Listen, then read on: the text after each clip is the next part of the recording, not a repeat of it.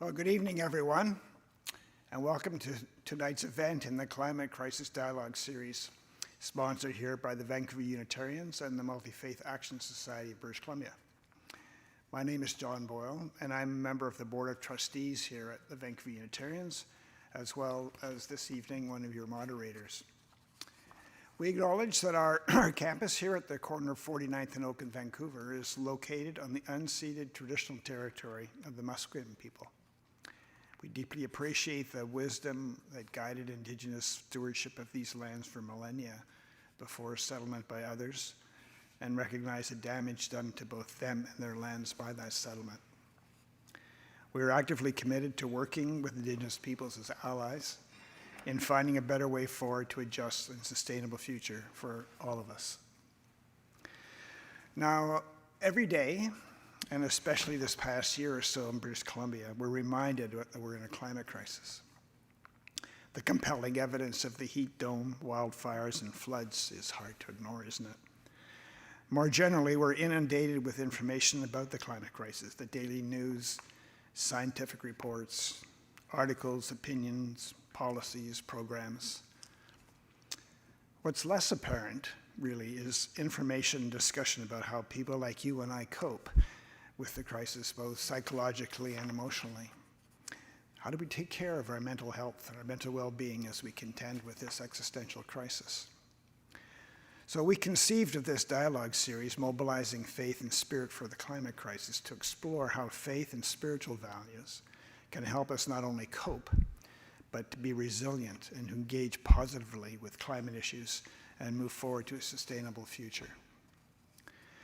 So the purpose of this dialogue series is to support us in mourning the damage being done to our wonderful blue planet, in finding the individual and collective strength to clearly face the truth of the crisis, and in inspiring others and ourselves to action. Our speakers have been, this is our last in the series, but they have been drawn from diverse faith and spiritual traditions, including those of Indigenous people. And they speak to how these traditions and practices and the values they represent help them contest with the climate emergency. In this way, we hope they can help you and me engage more effectively with the crisis and create our way forward to a sustainable future for ourselves and our families, our communities, our nation, and for the health of our loved ones and our planet. Tonight, we welcome Samir Merchant to offer some Muslim perspectives on climate activism. And now I'll turn it over to Olivia Hall, one of our moderators, to get us underway. Thanks, John. Welcome to the sanctuary, to the couple people we have in person, and welcome also to everybody online at home. Hi. You can share your thoughts in the YouTube chat. Please feel free. We'll even be requesting that you do that in a moment. I want to acknowledge UCV volunteers and staff for the support of organizing this event, including our membership outreach coordinator and our tech people and our wonderful ushers. Tonight will be, as most of our events in the series have been, we'll spend about half an hour listening to Samir as he shares the various perspectives on climate crisis that he has to offer, including my favorite part, a hope chart, which is my favorite slide. And after that, there will be time for a Q&A where if you are online at home, you can type your questions during Samir's talk or afterwards as they come to you. You can type them in the YouTube chat, and Yvonne here is going to be taking those, writing them down, handing them up to us here. If you're in person and have a question, just wave your hand, and we've got Rob and Carl who will come to you with pen and paper and also take your question to bring it up here. One reminder, tonight we obviously are sharing the campus with a film crew. When are we not in Vancouver? But today they're especially close, they're right on our doorstep. And so the washrooms tonight are not in the center where we are used to them being. We will be using the admin building washrooms. So cross back to the admin building. Finally, a reminder that this event is put on with no ticket price, but with donations encouraged. So you can donate online. There is a link for that will come up later on the screen. And if you're in person, we have our tip-tap pay machine. So you can see it here, that you can tap any major credit card to give. And all profits, anything we take in from these events goes to the UCV Green Fund, which is what we use to pay for various activities that help us to reduce our carbon footprint on this campus, including within the last year installing heat pumps in several of our buildings. And we also use the Green Fund to engage in projects in our community that encourage a lower carbon footprint.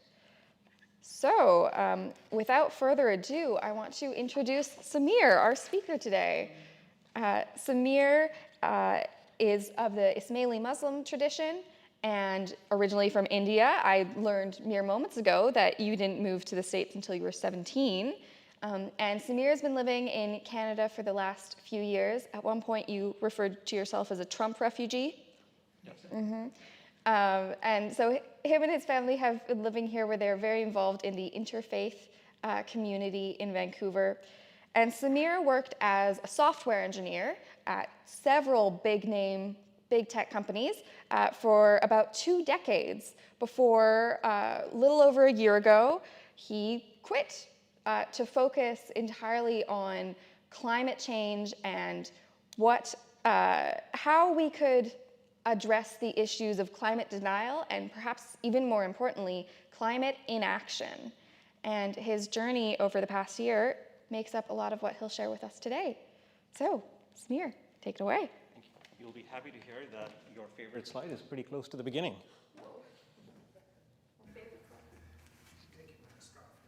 Oh, yes. Can you bring your slide up? Okay. Bismillahirrahmanirrahim. In the name of God, the most compassionate, the most merciful. My name is Samir Merchant, and today I will be providing a Muslim perspective on climate action. The explanation of the tie or camel first was initially at the very beginning, but it's gotten moved a little further down to accommodate Olivia's favorite slide. So you'll have to wait a little bit to hear what that's about. So what does Islam tell us about our role in the world? Well, it tells us that we are stewards of creation. This is a little bit different than the common perception of what Christian scriptures say, which many people interpret as saying is we have dominion over creation, although I do know many people who also disagree with that view. But as stewards, you don't have that same kind of being a level above, but you're engaged, you're in charge of it, you're responsible for it. Another important thing in Islam is that science is seen as a way to understand God's creation. So you have much less of the science denialism that is now present in some parts of the Western world. And then in terms of how we should respond to climate change, there is different parts of the Quran and of the Hadith of the Prophet Muhammad, peace be upon him, that tell you to have hope, to avoid excess, and to take action. And we will look at each of those in turn. And next slide. In terms of having hope, in Surah Yusuf, verse 87, they say, "Surely none despairs of Allah's mercy except the unbelieving people." In Islam, despair is actually seen as a sin. It's seen as not having trust in God, and there isn't a much more positive verse I was able to find that I could, without talking about despair, talking directly about hope. So this will how to do. Next slide, please. So here's my own journey over time. For a long time, my level of hope was actually sinking. It was like this gnawing feeling in the pit of my stomach. It got especially bad after I had kids. What kind of future are we leaving for them? But, I would dismiss it with, someone else is taking care of it. It's not really anything I can do anything about. Finally, about a little over a year ago, I wasn't happy at my job, and I had learned enough about what might be done that I was like, let me spend time looking at this full time just to get a better understanding. If nothing else, I'll find some things we can change in our own life. Maybe I can then help share those. I was also interested in, from a psychology standpoint, whether things like nudge theory could be used to get people to make decisions that were good for the earth without really forcing them to. I was interested in why people engage in climate denialism and why it is so difficult for us to take action on climate. So after a long, slow, steady decline, we arrive at Jan 2021. That's just a reference point. There is no units on the left, because as far as I'm aware, there's no units for hope. But the very first book I read was called The Uninhabitable Earth. I would not recommend that book. It's the only one you can see that resulted in a reduction of hope. It's actually part of kind of a new, almost genre of books that climate scientist Michael Mann calls climate doom porn. It's not a good way to start out. Luckily, everything since then has been on an upward trajectory. Next book I read, was This Changes Everything by Naomi Klein. And I learned a lot about the different movements that were occurring to help mitigate and reverse climate change. Read a few other books. Read A Good War by her brother Seth Klein, who spoke here a few months ago, and saw that during World War II, Canada and other countries were able to mobilize very quickly to deal with what was seen as an existential problem. The New Climate War by Michael Mann taught me that much of the appearance of controversy around climate change is actually manufactured, and that the vast majority of people in North America and in most other countries actually recognize that climate change is real. He also talks about how we actually have all the tools necessary to avoid at least the worst case scenarios. I read Drawdown by Paul Hawken, and it categorizes and ranks the top 100 ways we can mitigate and even reverse climate change. And while some of the more obvious things like electric vehicles, solar panels, and other forms of reusable energy are well known, there's a lot of changes that are being looked into around agriculture, around land use, around urban planning that I was unaware of. And by urban planning, I don't even just mean public transit. I also mean how buildings are built, and on-site composting and rooftop gardens. Weirdly, I read a book called Eco-Scam after that, and despite the title, that actually increased my hope too. This was a book written in 1993 by Ronald Bailey. He pretty much thought at that point that climate change was a hoax. I looked him up, and so it wasn't the contents of the book that gave me hope, but it was looking him up and finding that he is now a believer in climate change. Looking at all the facts, if you look at all the facts honestly, you cannot deny it. And you see many stories of people who were skeptics who, if they're looking with good faith at the data, they realize that their past view was incorrect. Finally, there was Don't Even Think About It, subtitled Why Our Brains Are Wired to Ignore Climate Change by George Marshall. And the thing that I found fascinating about this was, here's a guy who's been studying the psychology of climate change, which is one of the things I was interested in doing. except he's been doing it since 1995. So he's been doing it for like more than 25 years. In the book, he interviews a number of famous people. He talks about how Yale University has a program on climate change communication. I had no idea there was a dedicated program for anything like that. So it was interesting to see how much thinking, how much work has been done around this.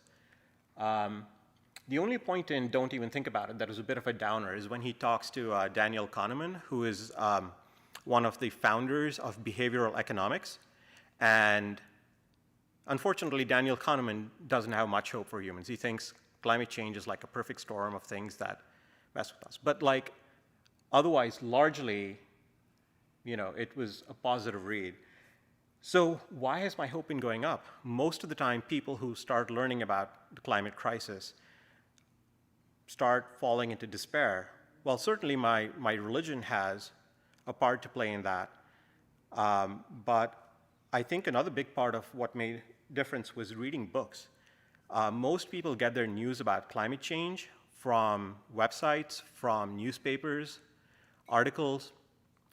While those are very important, because those are going to have more current information than a book will. But at the same time, books are first written by people who are much more knowledgeable about the topic. They have a depth of knowledge that your average journalist would not have. And two is they're not seeking to maximize the number of click-throughs on their article, or their goal is not like create a clickbaity headline that causes you to go through and then like take a controversial position that causes you to read it and share it. There might also be other factors. Like, if you're writing a book, you're probably someone who has hope as well. So that probably also impacts it. But then again, the uninhabitable Earth proved that you don't need to have hope in order to write a book about climate change. Next slide. The second part that I get from my faith is that you want to avoid excess. Surah Al-Araf, verse 31 says, "And eat and drink, and be not extravagant. Surely he does not love the extravagant." The US has 3.1% of the children in the world. This is just an example. This is not the only kind of excess that you'll see in the US, or Canada for that matter. But the US has 3.1% of the world's children, but buys 40% of the world's toys. 40%. That means 97% of the world's children are sharing the remaining 60% of the toys. But Canada's not that bad, right? Next slide. Equally bad. Ah, yeah. If you look there, if you look at the per person emissions, Canada is exactly as bad as the US. We're number 4 in the world in terms of per capita emissions. And the only reason our emissions are less than the US on a total basis is because we have a smaller population. But if you look at this chart, and the one on the next page too, but if you look at this chart, you'll see that our emissions here in Canada are about the same as that of Indonesia, a country with a population 8 times our population. Admittedly, we have some colder, our temperature's a little bit lower than Indonesia, that factors in. But we also lead very different lifestyle. Next slide. In fact, it's actually worse. You can't really see it quite well here. But if you look closely at the slides, especially for the people that are online, which is the majority of you, Canada's greenhouse gas emissions are actually about half that of the entire continent of Africa. 1 billion people only emit twice as much greenhouse gases as our small country of 34 million people. That's crazy. We also use half as much as all of South America, which has a smaller population, and here you can see that Indonesia, it's like 1.4% of the world's emissions. Canada is 1.6%. So The other thing I want to talk about here is, a lot of people say, but look at China. We can't address climate change unless China gets on board. Well, there's two things I'll say for that. One is, you control what's within your purview. You try to influence other people, but in the end, what you can control is your own footprint. But the other part is a lot of China's footprint is because they manufacture stuff that we buy. If like, I don't know what the number is for Canada, but for the US, 22% of the US imports are from Canada, are from China. So if China was not kind of the manufacturing hub of the world, their carbon footprint would be a lot smaller. Next slide, please. Another important reason to avoid excess is Jivan's paradox. It basically says that as our efficiency in using a resource increases, there's a fall in cost, which is accompanied by an increase in demand, which negates the efficiency gains. And you can see this with energy-efficient lighting, for instance. People who purchase energy-efficient lighting tend to leave their lights on for longer, negating at least some part of the gains of the more efficient lighting. This is talking about the demand side of climate change. A lot of the larger initiatives are on the supply side, trying to change how we produce electricity, trying to change the manufacturing side of things. But I think you also need to address things on the demand side. If you look at other issues, for instance, drugs or prostitution, you can see that when efforts have been made to address just the supply side of it by arresting the people who provide the good or service, it doesn't work, because when there is demand, if you arrest one supplier, someone else will find a way to produce that good or service. And you don't solve the problem. You have to address both sides, and you definitely have to address demand. Next slide. Finally, this is not really informing my views, but I just love these two quotes by Khalil Gibran from his book, The Prophet. The first one is, "Or have you only comfort and the lust for comfort, that stealthy thing that enters the house a guest and then becomes a host and then a master?" The other quote is, "Verily, the lust for comfort murders the passion of the soul and then walks grinning in the funeral." I find these quotes very powerful myself. Interesting note about Khalil Gibran, by the way. I didn't realize until I was making these slides that he's not actually Muslim, despite the name and despite the title of his book. He's actually a Maronite Christian from Lebanon who grew up in the US. Next slide. So the third thing that Islam tells me is to take action. And you may ask, why bother taking action? It's not sufficient, right, to solve the climate crisis. Why bother? It is not sufficient, but it is necessary, as we just talked about. You cannot only address things from the supply side, even if that's the more important one. It has to be addressed on the demand side as well. But also, just as importantly, taking action gives us a sense of agency. It helps create hope, which is the first of the three things I talked about. And it also sets an example for others. Setting an example for others is important because you can preach all you want, but as all the leaders of the major faith traditions have shown us, the best way to get people to follow is by setting an example, not by preaching or just telling people what to do. Next slide.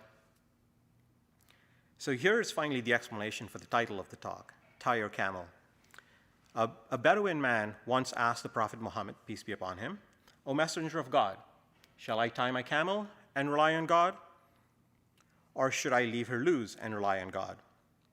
The Prophet responded by saying, "Tie her first and then rely on God."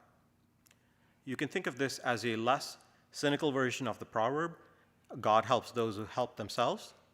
It's similar to that, but it's saying, focus on what you can realistically control and then trust in God. And as I mentioned before, trusting in God, having faith, is an important part of Islam. Next slide. Another example of the importance of action in Islam comes from another saying by the Prophet, peace be upon him, "Whosoever intended to perform a good deed and then performs it, it's considered between 10 and 700 good deeds." The smallest action, picking up a piece of trash from the road, that's 10 good deeds. It cancels out 10 bad things you intended to do and then did, because each of those only counts as one. So actions, even small actions, do matter in Islam and in our world. Next slide. Oh, we skipped over one. There we go. So, categories of action. This is a summary of a short talk I saw that's given by an organizer for the Pachamama Alliance. And it talks about different categories of actions in terms of the level they kind of occur at. And pretty much the talk says that most people focus on level 1 and level 4 actions, but those are not necessarily where you can have the most impact. Level 1 actions are where you're making changes yourself. So, this is where you might this is where you make changes in your own life. I'll come back and talk a bit more about it. Level 2 is with family and friends, where you talk to them and encourage, them to make changes. Level 3 is your community, like here for, the Unitarian Church of Vancouver and the heat pumps that you guys are purchasing. And level 4 is policy. This is the national level or international level work that's done in the areas of law and economics. So most people focus on level 1 and level 4, but the other ones are just as important. But we can talk a little bit about all of them. Level 1, the thing I would recommend is, a lot of people, when they're talking about changes they make, they kind of provide a laundry list of here's all the things you can do. But I think that's not the best way to get through to people. As Charles Duhigg says in The Power of Habit, willpower is a limited resource. People think that it's like a muscle. The more you use it, the better you get at using it. But it's actually more, like something that gets worn out over time. So there have been studies done asking people what's the best way to reduce your carbon footprint. And about a third of people say that turning your lights off is one of the best ways to reduce your carbon footprint, even though that's like a negligible source of our greenhouse gas emissions, as you'll see on the next slide. But that's where we tend to focus on. So my advice is, you want to reduce your impact? Look at the impact of beef, goat, and lamb. Those meats in particular are much more damaging to our environment than most people realize. And again, there's a quick slide on that later. Also, if you have the means to handle the upfront cost, look into electric vehicles, solar panels, and heat pumps. Level 2, family and friends. Climate change has joined a variety of other topics. It used to be religion and then politics, and it became Fight Club, and then it became Bruno. Those are the things we don't talk about. The reason we don't talk about it is because it seems overwhelming, existential, outside our ability to influence. It's uncomfortable because it forces us to contend with our own mortality and our own complicity in the problem. However, it's also partly because it just seems like a controversial topic, and so people tend to avoid controversial topics. Here's the thing. More than 90% of Canadians and more than 90% of Americans believe in climate change and believe it's caused by humans. It's single digits that don't. And it may seem like that it's a much larger number, but that is actually, I learned in reading Michael Mann's The New Climate War, that there's actually a concerted effort by the fossil fuel lobby and by paid Russian trolls to make it seem like a controversial topic so people don't discuss it as much, so that there's less momentum for taking action against it. So talk to your family and friends about climate change. Talk to them about your level 1 actions and what you're doing in your own life, but do it without shaming them, because that's the surest way to get someone to back off. They will not respond to shaming. And you have to remember that different people have different constraints in their life. My parents live halfway around the world. I'm not gonna not visit them just because it adds a little bit to my personal carbon footprint. But I try to make adjustments around the edges. I try to buy nonstop flights as far as I can. I buy carbon credits to offset my flights.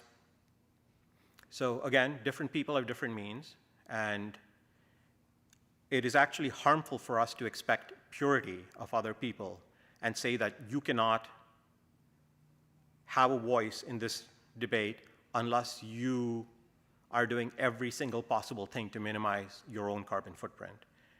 Because everyone, someone who's vegan and takes a bike to work but has kids will get criticized for that. None of us are going to be perfectly pure, or even if there are, it's so few that no one would really get to weigh in or engage with the movement. Level 3 is at the community level. You can talk to your kid's school about installing solar panels and about raising funds for that from the parents. You can set up a repair cafe at your place of worship to take old electronics or bikes or other things and have people volunteer to help try to fix them. You can make changes at work, like pushing for a plan to reach carbon zero.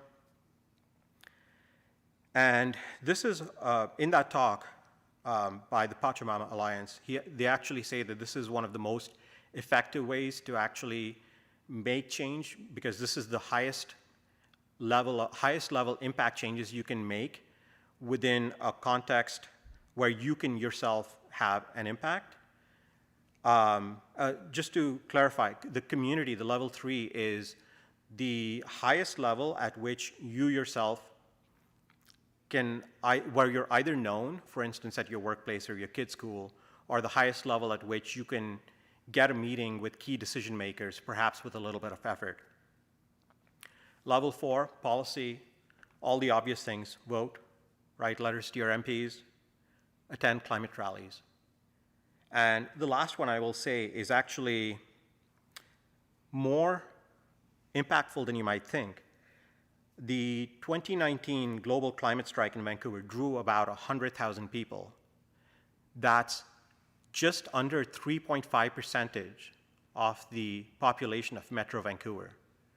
For those of you who've heard, I think it's actually quite well known now, but there was a Harvard University meta-study that found that nonviolent protests that get to engaging a level of 3.5% of the population have never failed to bring about change.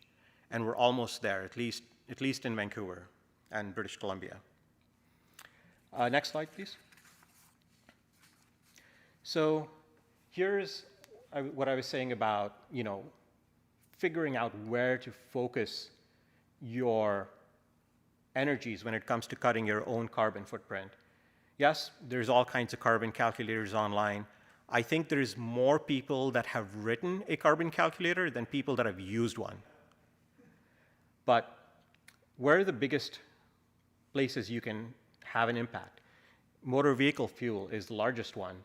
If you are able to, you don't necessarily need to switch out your current car, but when you're getting your next car, if you can afford it, if you can afford the upfront cost, consider an electric vehicle. It'll pay back for itself in the not too long term. Your home electricity, there again, there's solar panels. They have a big upfront cost, but you can, over time, it pays for itself. And also you can, now you can get heat pumps, which both have the advantage of having a big rebate from the city of Vancouver, as well as functioning as air conditioning in the summer, which is something that's becoming increasingly important out here, even though it might not have been when most of our houses were built. And meat, which we talked about before, is another, it's about almost half, maybe 40% of your carbon footprint within the space of food. Next slide. Next slide, please. So this is more for the people online, I guess, because I don't think any of you can see it here. Maybe I should have trimmed out the stuff at the bottom. But this is one of the first things one of the things I learned that really shocked me, because, I know it's good to be vegetarian or good to be vegan, it's better for the planet, but it was always, a difficult sell until I learned that specifically beef, lamb, and goat have a much, much greater impact on the environment than pork, chicken, or fish. It's because of the methane burped by cows. And you look at this, beef is has about 10 times as much of an impact on the environment as pork, chicken, and fish. It's pretty significant. So I'm not even saying you don't even have to become vegetarian. You can go give up one or two kinds of meats and still have a significant impact on your own carbon footprint. Next, please. So in summary, I think there is hope. We already have the tools needed to avert crisis. We only lack the political will. I think individual actions are necessary, although not sufficient, but they're necessary to avert crisis. And I think that action leads to hope by giving you a sense of agency. There is a cycle here, because if you have hope, then you're more likely to take action. But if you take action, then it gives you hope. It's a cycle, kind of like the chicken and the egg. Which comes first? Well, why not try both? Thank you.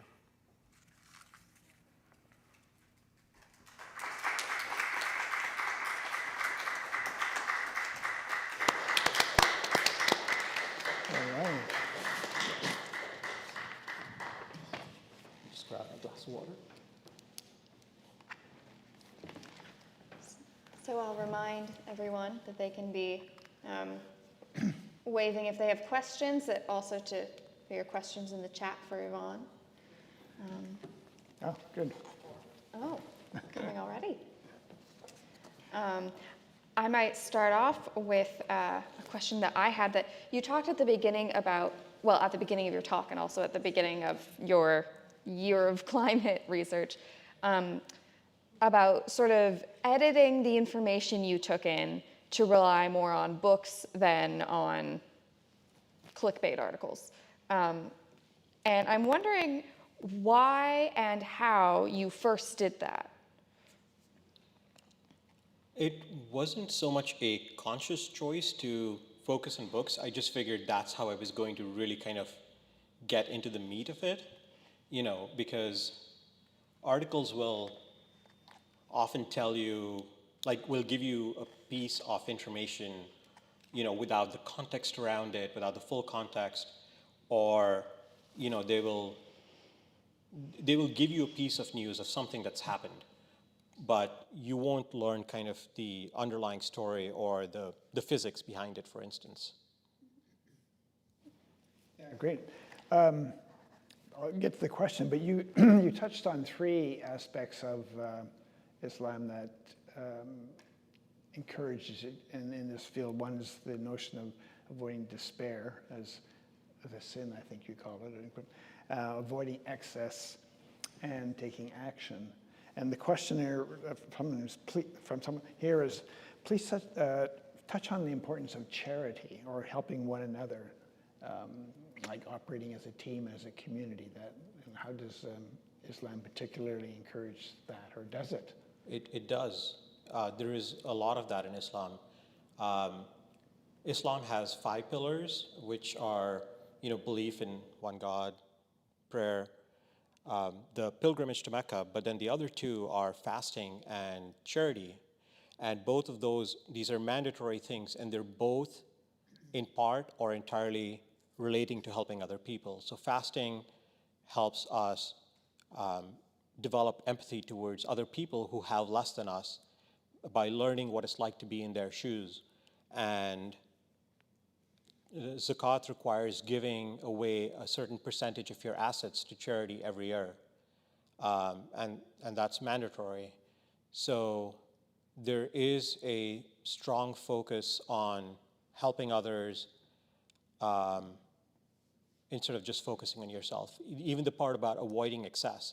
If you look at some of the quotes from both the Quran and from the sayings of the Prophet, peace be upon him, you see that, they then often talk about charitable giving. And is there a benefit to seeing that's ascribed to charitable giving? It counts as at least 10 good deeds. Well, I loved what you said about action leading to hope. Taking action gives you a sense of agency and creating hope. I think it was it Joan Baez who said, action is the best antidote to despair. And you've reinforced that with the teachings from Islam.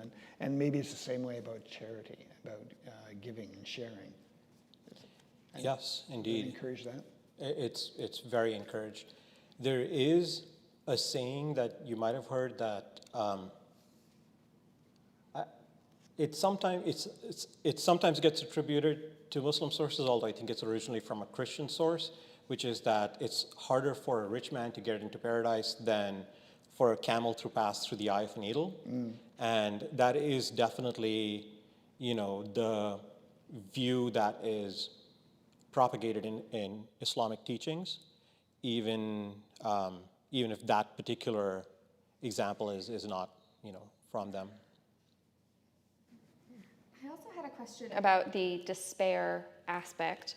I'm wondering if, even if it's just your personal opinion, what exactly is it about despair that is discouraged? What, when Islam discourages despair, what element of despair is it trying to avoid? It's pretty much talking about it as not having faith in God. It's talked about as a hidden form of disbelief. And the reason I didn't talk very much about it is because the way it's couched doesn't come across as a very positive message, but it's viewed pretty much as the second worst thing you can do after associating partners with God. That's shirk, that's the worst thing you can do. The second worst thing you can do is falling victim to despair. So there are also some positive messages around that, but it's mostly, you do this, it's a hidden form of disbelief that, yeah. I see John has a whole whack of questions. Yeah, I have to read them first. Well, in that case, I'll ask. You mentioned Jevon's paradox. Where does that actually come from? It's a well-known paradox in environmental economics. I'm not quite sure where it comes from, but the example I gave is not the only example of this kind. I think one of the most famous examples is with usage of coal and their usage in Britain. Coal was being used in Britain, and then it efficiency improvements made to steam engines that suddenly required a lot less coal, so you think the coal usage would fall, and actually it goes up. So even though the efficiency improvements were pretty significant. So there's a Wikipedia page in it, so you don't have to take my word for it. I will circle that. I will look into that. Let's come back to despair, because I know one of the questions, I really appreciate what that how they hold despair in Islam, but sometimes we despair. And I'm wondering where you turn to in your Islamic faith to help you get out of it. Taking action is one thing, I suppose. Yep. Anything else that you might add to that with? Trusting that God has a plan. It's different from some other religions where you kind of sit back and say, it's all up to God, and I have no role in this. Because you do take an action, but after you take the action, you trust in God. And so if you have a robust spiritual practice, then you can, then you'd kind of draw from that, and believe that if you're taking action, if other people are taking action, then things will work out. Would you be able to share if you have a particular spiritual practice? Well, I am Ismaili Muslim. Although I would say just as much, I am also an outdoors person, and that also has a lot of impact on how I see things. So those are my primary spiritual practices. Okay. Someone would like you to follow up on the idea of nudges that you mentioned. Nudges? Nudges. One of the things that intrigued you early on was how nudges, and I know something of the idea myself, and maybe you could expand on that a bit more, and particularly if there's anything in Islam that would encourage that way of getting people into action. Yeah. So nudge theory was developed by Richard Taylor, and he and Cass Sunstein wrote a book in 2008 called Nudge. And the idea there is, they actually got a Nobel Prize in economics for this. So it was a pretty significant work. The idea is that there's a lot of times where people are making choices without really thinking about them. And, when we make some of those choices, we're even making choices that hurt ourselves because of certain cognitive biases, like the, inertia bias, the default bias. And so it talks about how we can make use of these cognitive biases to help us make better choices. Many of the examples in the book are around saving for retirement and how you can get people to save more for retirement by doing simple things like automatically enrolling them, when they join a company, and then they get the, company match. And at some point they decide to pull out of it. They still have more money than they started out with. So their choice is to opt out rather than to opt in, Yeah. kind of thing. Yeah. So there's a lot of stuff around that. The original and probably the most well-known example of a nudge is, I think this was tried in Denmark, where in the men's washroom, on the urinals, they put a drawing of a small fly. And they found that, men aimed at that, and so there was less cleaning to do afterwards, just by the simple act of drawing a small black dot on a urinal. All right, too much information. Have you thought about how this might be used in climate action or mobilizing people to climate action? I haven't been able to come up with some great examples. I have seen some studies done online, but they're around lower level actions like, putting trash, like you can get people to put more trash in the trash can by like having a set of footprints drawn in chalk on the sidewalk that lead you to the trash can, but not the kind of things that'll overcome the inertia that that we need to overcome to get broader participation and broader, people taking more significant individual action in their lives.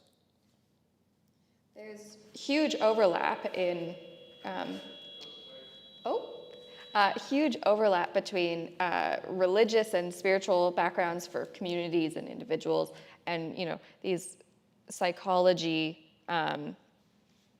insights that we have. But I think that you are one of our first speakers, if not our first speaker, to go from that psychological backing to more of an economic psychology and behavioral psychology, and bring those into the way you understand climate. What started that for you, that application of things that come from, like the Nudge book, they won the Nobel Prize for economics, and when they wrote that, they didn't apply it to climate. So I'm wondering what started you off on bridging those. Well, I was looking for where I could have an impact. And, when I first thought about it, I was like, I can't help on the science side because there's people who've been studying this way longer than I have. Not going to be able to help on the policy side. I don't have the background or the contacts there. But, what are some areas that haven't been examined as closely? And, and those were the areas I came up with. That, and the other thing I came up with was a bit of what you saw in here with some of the charts, which aren't mine. They're from a nonprofit called The World in Data that looks at slices and dices, the numbers around a bunch of different things, but primarily climate change in different ways. And from that to try to understand where you can have the most impact in your life on your carbon footprint, because instead of focusing on lighting, that's about 3% of our carbon footprint. Why not focus on the areas that have a much larger impact instead of trying to do 10 million things? All right, here's one. You mentioned one of the books, I think it was on one of the up curves of your curve, reading Drawdown. The book Drawdown? Oh, the book Drawdown. Yeah, and many of us here, but it's interesting. Yeah. It's in there. And one questioner here said two of the things that recommend highly was education for girls and family planning. Absolutely. To strengthen women's agency in the world. And they mentioned as the Malala Fund, Malala Yousafzai, how does, is that something you would support, or do you see aspects of Islamic faith or influence there? Yes. At the time that the Quran was revealed, the status of women in Arabia was a lot worse, where women had no inheritance rights, for instance. Female infanticide was quite common, and there was a lot of changes brought about when Islam was first revealed. Currently, some of the countries in that area are a bit more regressive on women's issues, but I'm hoping that's something that'll change, and it is something that is supported by a closer reading of the Quran, or not even a very close reading, like just a reading of the Quran, but that's often not a priority for people who have already decided what their beliefs are going to be, and then only look to the verses that provide confirmation for their own beliefs. So, but there are a lot of efforts underway, and I'm hopeful that this is something that more countries will work on tackling, and it's certainly something that I do support and my family supports. Are there other speakers? Most of us know about Malala, but others who are encouraging I've heard closer or paying attention to what's in the Quran to start with? Yes, there are. I can't name any, but there are lots of people who, like some of the biggest organizations that provide education for girls in the third world are actually Muslim organizations, including the Aga Khan Foundation that is run, that is run by the Ismaili community.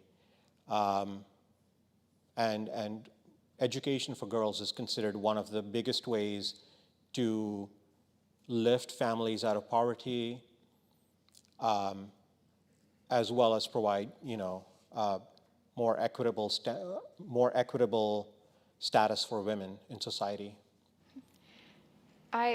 Thinking of that, I'm going to try to say this without naming and shaming the person at all, but I have a very dear friend who I lived with for a long time, who is nominatively Muslim, Pakistani Muslim, although she was born and raised in Canada, and she had an ongoing joke, she's someone of my generation, who had an ongoing joke that she was barely Muslim, and most of that happened when she was with her grandmother. And then when she was, back home, not living with her grandmother, back in her PhD program, not really Muslim anymore. And for her, a lot of that was joking about that when she would have a drink, which is a sort of direct contradiction of her grandmother's understanding of Islam. But she would also occasionally say that about some of the elements of being a woman pursuing a PhD, and a woman opting specifically to not even think about getting married for at least a decade in order to focus on said PhD, which kind of takes up all your time. And I'm wondering, in light of John's question about, education for girls and that being, as you said, not even a close reading of the Quran requires that. It's just in there. What would you say to those people like her who might be of my generation, in their mid-20s, and without even really closely reading the texts, just assuming that what they want to do with their lives is not reflective of Islam?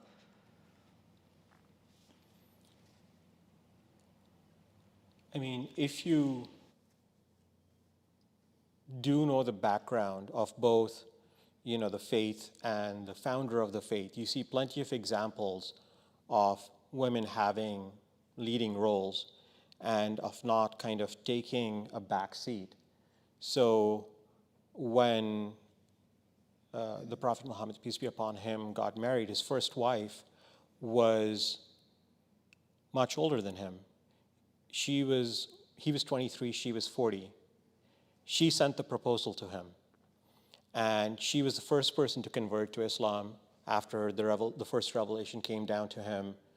And she was the one who supported him through the first 10 years of revelations that he received, and supported him when much of the society they were living in was persecuting him and his followers. And he did not remarry until after she passed away. So if you look at that, or if you look at the, how his daughters and his wives were treated, how he treated them, you will see that many of the current trends in some countries in that part of the world are more a reflection of the culture rather than the religion. Just like you wouldn't say that burning women as witches is necessarily representative of Christianity. So, yeah.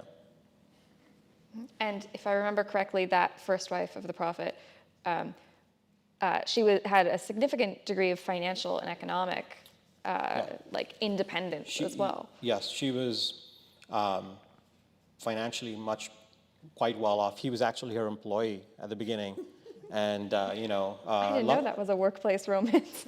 it was. She sent him on a few trading missions because she'd heard about how trustworthy he was, and he made a lot of money for her. And I guess there was no HR in that firm, or she was the head of HR, so she signed off on it. Okay, here's another question from our audience here. You spoke to the second main point you drew from Islam about avoiding excess, which, is there some kind of how do you calibrate that? Here, what is excessive here, or what is excessive in a poor country can be very different. How do you calibrate that to people's everyday living? It's not an absolute metric. No. Kind of like hope. It's relative. It's relative to those who are around you. There are some more details in some of the sayings, but I can't quote those to you. But it's not meant to be like you can do X, Y, and Z, but not do A, B, and C. But I wonder, okay, you can't hope, but you must have maybe a sense of how you in your life, how do you, in your life with your family living here in a very affluent part of the world, judge what is excess for you and your family? What sort of criteria do you think about? No, it's a fair question. It's, again, it's not any one thing. Like, we're a one-car family. I've never, ever bought a new car in my life. This shirt is 25 years old. Not a fancy person, which is part of what enabled me to quit my job. And giving to charitable causes has been important to me and my family for a very long time. So I just feel that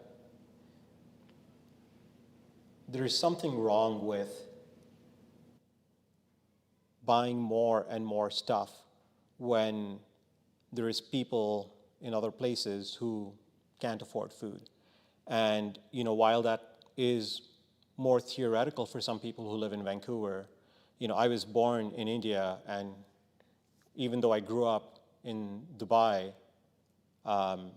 we would go back every summer. Like, you see people on the street who don't have enough food, whose legs would probably be the thickness of my arm.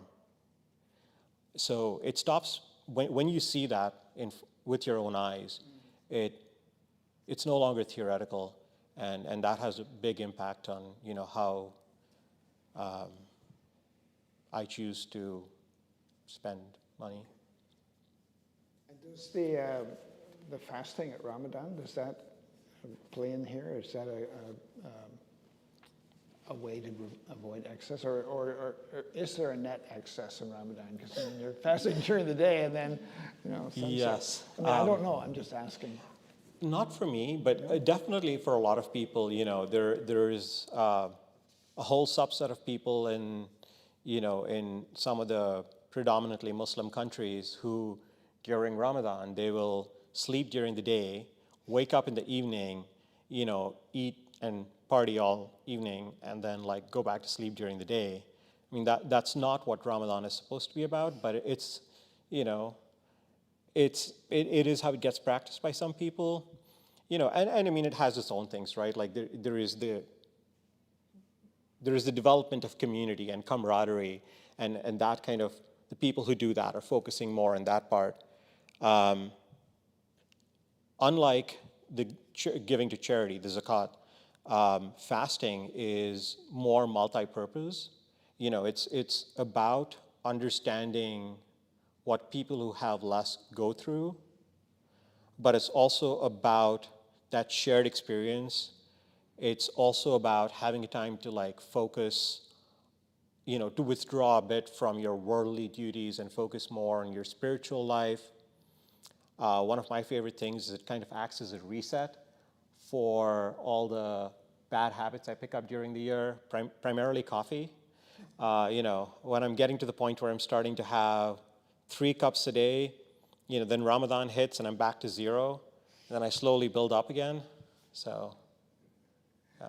So it does have an effect on how you approach excess, perhaps. Yeah. Yeah? Yeah. Okay.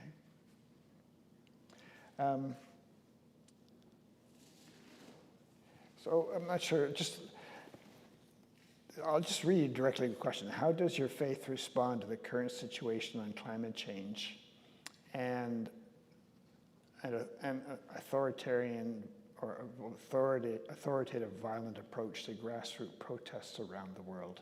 I'm not exactly sure how to interpret this, but I mean, there's a certain rise in authoritarianism, and it goes along in our country, but most probably, you see it elsewhere, and it's a big impediment to climate action because there's a lot of denial about it and short-termism. And how would Islam look at that, or looking at through an Islamic lens, this rise of authoritarianism and it reducing the prospects for effective climate action, perhaps? Is that anything in there ring a bell for you?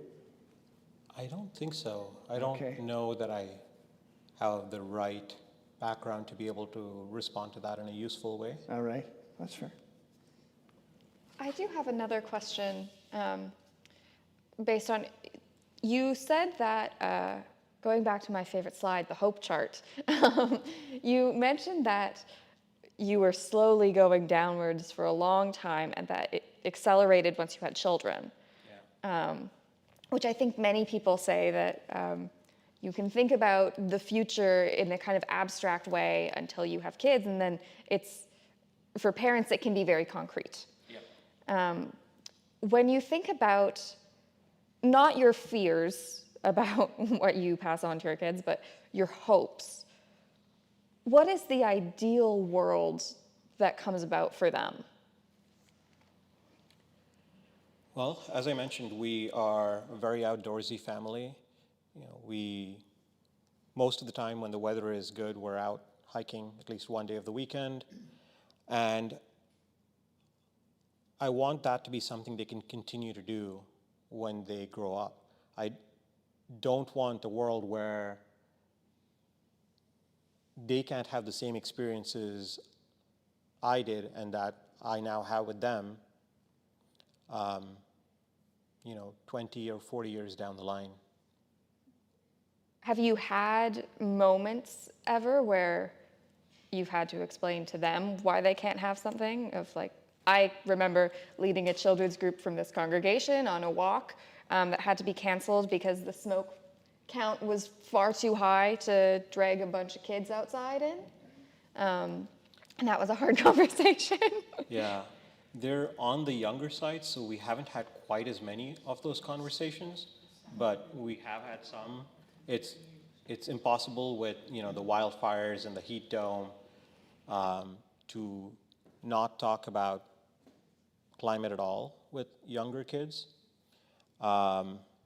Just like, and actually I see it in some of the TV shows they watch, some of them are starting to mention, some of the newer ones actually talk about climate change.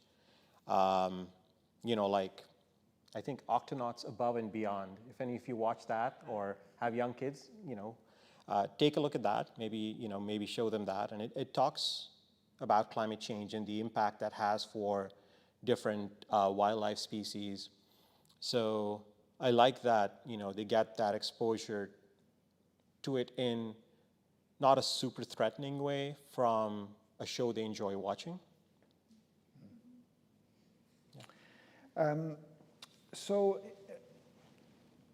in the Ismaili or broader Muslim world, are there what we call non-governmental organizations or faith organizations that are particularly interested in taking action or mobilizing people to action against climate change? I know that the Aga Khan Foundation does. That is one of their top priorities, in part because large portions of the Ismaili population live in rural areas in Pakistan and Afghanistan and Tajikistan. And those are mountainous regions where the climate impact is about both in terms of temperature change and in reduction of, receding of glaciers, where things are changing about 3 times as fast as, the world average. So climate change is definitely a priority for the Aga Khan Foundation, but I'm also sure it's a priority for many other organizations. Again, I do not know the names, but I'm sure a quick Google search can find a bunch of them. Okay, I think that the question was part to try to probe into what, if these organizations are kind of mobilized, as you've been talking about tonight, people's faith and the precepts of Islam to mobilize people to action. Do you know at all?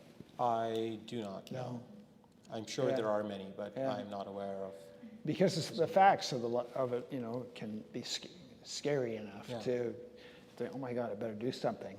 But here in Unitarians, one of our seventh principle is for the being part of the independent web of life, of which we're all a part. So there's meant to be an appreciation that we're not separate, we're part of it, and we can see what's happening, have a responsibility there. And I'm wondering if there's any of that. So key points, like if I went to look on the Aga Khan Foundation website in climate action, might they do similar to what you did tonight? So they could help others understand, beyond your words, what Islam is offering to the climate response? Maybe not. I'm not sure. Okay. You mentioned, I'm now thinking this might not have been tonight, and this might have been in our prep meeting. You mentioned that you thought that Islam was uniquely positioned to address climate change. And part of that was because of the areas of the world that are majority Muslim. Yeah. Would you mind saying anything on that again? Sure. Yeah. Actually have some information about that on my notes here, so I'll pull this down and talk about it from here. I think I have it. Oh no, I think that one didn't get printed. Oh well. Yeah, I mean, there is some strains of thought within the environmental movement that, say that this is a problem caused by the Western world and it's entirely up to the Western world to fix it. And I don't think that's true or helpful. I think that if you look at the countries that are most going to be impacted by it, countries in Europe and North America are going to see some of the worst impacts later. And there's a big overlap between the countries that are going to be affected at earlier stages and the countries that are predominantly Muslim. So I think there's a huge incentive for Muslim countries to engage with climate change. The other way in which there is which Muslim countries can have a big impact is a lot of Muslim countries have large oil reserves, where 60% of the world's oil reserves are in Muslim majority countries. And that means that those countries have the ability to punch above their weight when it comes to addressing climate. And the truth is they really have to address it at some point anyway. I mean, at some point, we're going to run out of oil. And building an economy that's entirely dependent on the extraction of oil or other fossil fuels is not a good long-term strategy. So if you start weaning yourself off of it now, if you use the proceeds from what is being currently produced to wean your country off this dependence on production of fossil fuels, then you can have a big impact on the climate. You mentioned that idea that Western countries caused climate and therefore should fix it. In my mind, a huge part of that comes from guilt on the behalf of people in Western countries. And I know over the past year in this congregation, we've talked a lot about guilt when it comes to colonialism and how decolonization will not be achieved by self-flagellation. And perhaps that also applies in environmental issues, which are so closely intertwined.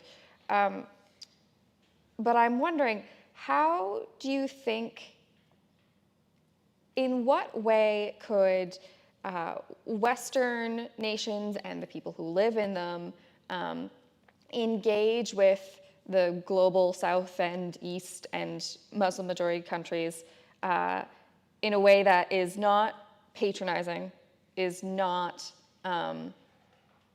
shutting those people out of the solution to the climate disaster, and instead in a way that is just and equitable? I think some part of that is what I talked about when I talked about China, and just looking at what any given country's, what their own production or burning of fossil fuels is, what their own contribution is in that way. But if you also take a more holistic look, like where are, which countries are benefiting from China producing all these goods, which are the countries that are benefiting when, Saudi Arabia or other Gulf countries extract and export oil. As long as there is that demand, the supply will find a way. When oil becomes harder to get from Gulf countries, then we start fracking for it. Fracking for natural gas or extracting it from tar sands. So I think also kind of the Western lifestyle has kind of become aspirational in many parts of the world, and it's what people in the upper middle class strive for, and